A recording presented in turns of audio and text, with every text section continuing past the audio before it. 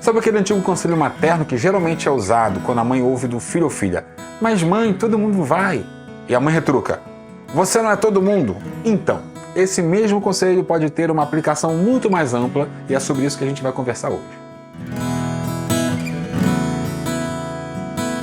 Seu filho ou filha não precisa ser igual a todos os outros. Essa ideia soa como óbvia para você?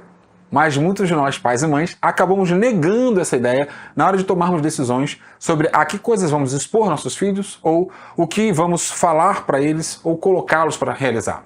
Quais são as aptidões de seu filho ou filha? Quais são as áreas fortes dele ou dela? Para que coisas ele ou ela tem mais entusiasmo?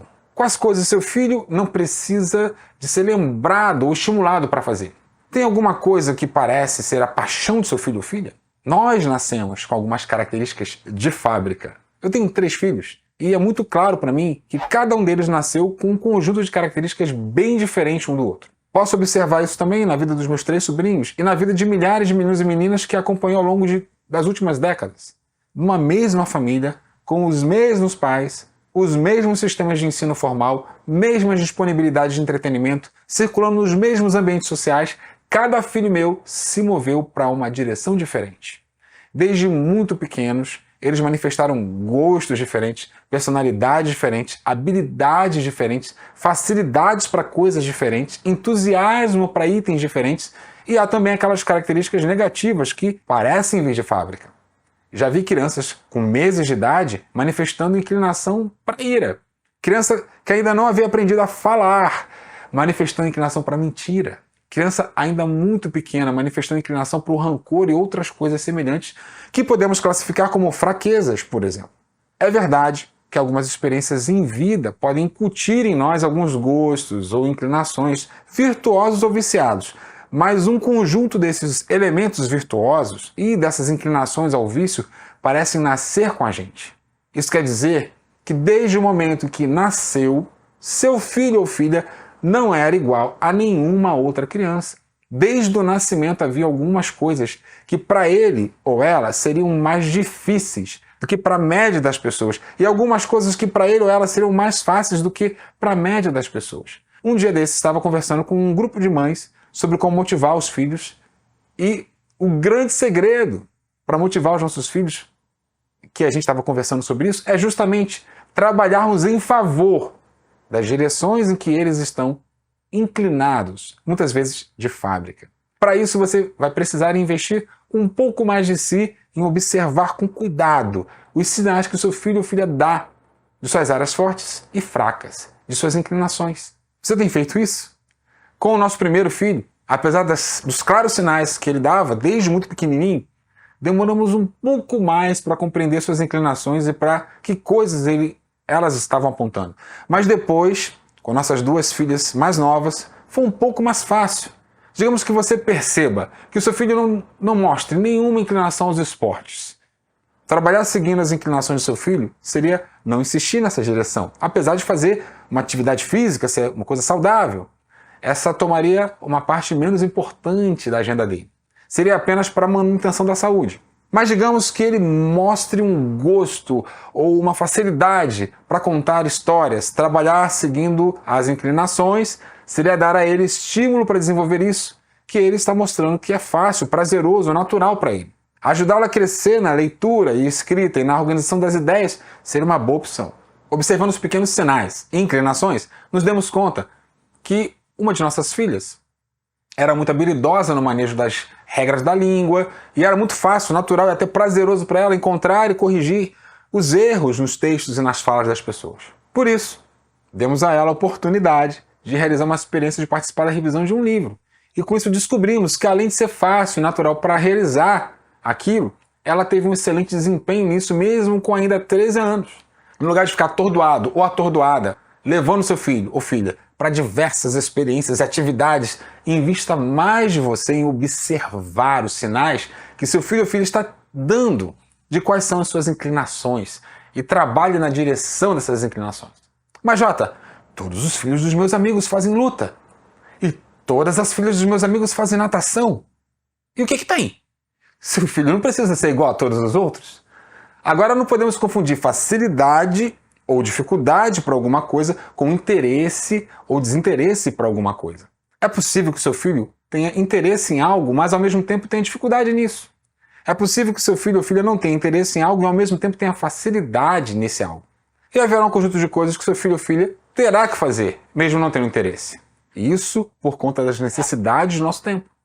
Mas precisamos de sabedoria para que haja espaço para avançar nos campos em que os talentos e as habilidades dele tenderão a florescer mais naturalmente.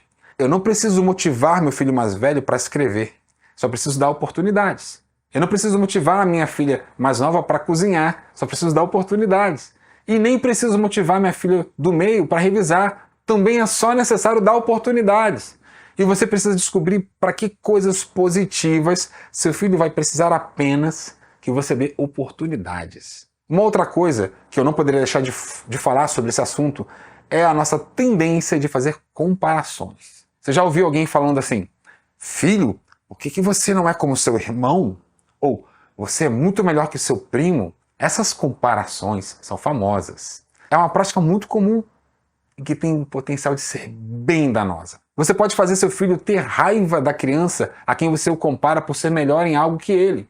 E você também pode fazer seu filho ter desprezo pela criança a quem você o compara por ser pior que ele. Se nos itens em que você o compara ele não for bom ou não tiver a mesma facilidade ou disposição da outra criança, ele pode perder a motivação ou desenvolver uma motivação adoecida, baseada apenas em superar uma outra pessoa ou mesmo passar a vida tentando provar o seu valor para você e para os outros. Se nos itens em que você o compara ele for bom e tiver mais facilidade ou disposição que a outra criança, ele pode passar a extrair sua alegria de se ver melhor que os outros, ou em humilhar os outros. Eu tenho certeza de que você não quer provocar uma rivalidade entre primos, irmãos ou amigos, certo? Pois saiba que frases assim podem ter exatamente esse efeito. Uma outra coisa que o uso dessas comparações entre outras crianças e seu filho pode provocar é fazer com que ele só se importe com aquilo que possa ser comparado ou colocado em formato de competição ou exibido e performado. E tudo o que não se enquadre nesse esquisito seja percebido como de menor importância. Eu e você sabemos que há bastante ambiente para tudo virar uma competição na estrutura social que a gente vive, não é verdade? Na educação formal, por exemplo, se não ficarmos atentos, receber um bom resultado, uma boa nota, ou se destacar de alguma forma, será tão importante que mesmo se isso for obtido com fraude ou com humilhação de um colega, será bem-vindo para alguns. Isso pode roubar a alma de nossas crianças. Imagina, seu filho ou filha vendo como de menor importância coisas como disciplinar os pensamentos, desenvolver paciência, buscar a verdade, ajudar os mais frágeis, administrar seus recursos com humildade, servir as outras pessoas com seus talentos. Nada disso cai bem no formato de competição, não é verdade? Se nós não deixarmos bem claro para os nossos filhos, para o nosso filho ou filha, que ele não precisa ser igual a todo mundo e que, da mesma forma, ninguém precisa ser igual a ele, é possível que, por si mesmo, ele vá cultivando as comparações, tanto se pondo acima dos outros quanto se pondo abaixo dos outros. Você pode estar pensando, mas Jota, é preciso usar comparações às vezes, para os nossos filhos terem alguma referência. Ok, então compare ele com ele mesmo. Quer um exemplo? Filho, se você usar 10% do seu empenho ao se dedicar para jogos eletrônicos ou uma outra coisa que ele tem inclinação natural, para estudar, você vai longe.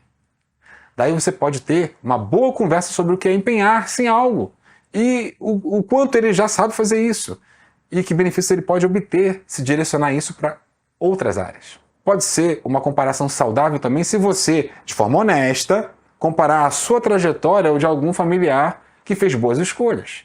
Mas tenha o cuidado de ser específico. Vou dar um exemplo. Digamos que o seu filho ou filha esteja com dificuldade em matemática e você percebeu que ele ou ela não decorou algumas fórmulas básicas. Evite.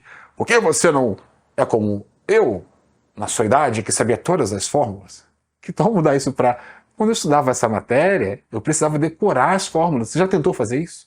Mas há algumas comparações que são necessárias para melhorar a perspectiva de nossos filhos. É saudável eles saberem que no seu tempo, ou no tempo dos avós dele, as coisas funcionavam de um outro jeito. Ou mesmo que todos os colegas dele pegaram determinada tarefa enquanto ele ficou no mundo da lua, apenas apontando que precisamos aprender a focar, controlar os nossos pensamentos. Mas isso não precisa parecer uma competição. E se quero comparar como forma de enfatizar algo para o bem do meu filho ou filha, eu preciso ser específico. É importante que seu filho tenha a noção que cada um tem um conjunto de áreas fortes, próprio e único. Isso é motivo de se alegrar. E é igualmente importante que ele tenha a noção que cada um tem um conjunto de áreas fracas próprio e diferentes de qualquer outra pessoa. E isso é o suficiente para nos manter humildes por saber que, apesar de diferentes, somos igualmente portadores de um conjunto negativo de características que elas nos obrigam a lutar para contorná-las, superá-las ou às vezes suportá-las. Então, naquela hora que você se der conta que, puxa, todas as crianças estão no Kumon, ou puxa, todas as meninas estão pintando o cabelo, ou puxa, todos os filhos dos meus amigos já sabem contar até 100, puxa, os meninos da turma do meu filho todos estão no futebol, ou qualquer coisa do tipo, pare e olhe para o seu filho ou filha, observe, investigue, pergunte. Talvez sua criança não precise do Kumon, ou sua filha jamais tenha desejado pintar o cabelo, ou seu filho não goste de futebol. Talvez você devesse estar pensando numa aula de pintura, numa oficina de marcenaria, ou num curso de eletrônica e por aí vai. Lembre-se, seu filho não é e não tem que ser igual a todo mundo. Nos vemos no próximo vídeo.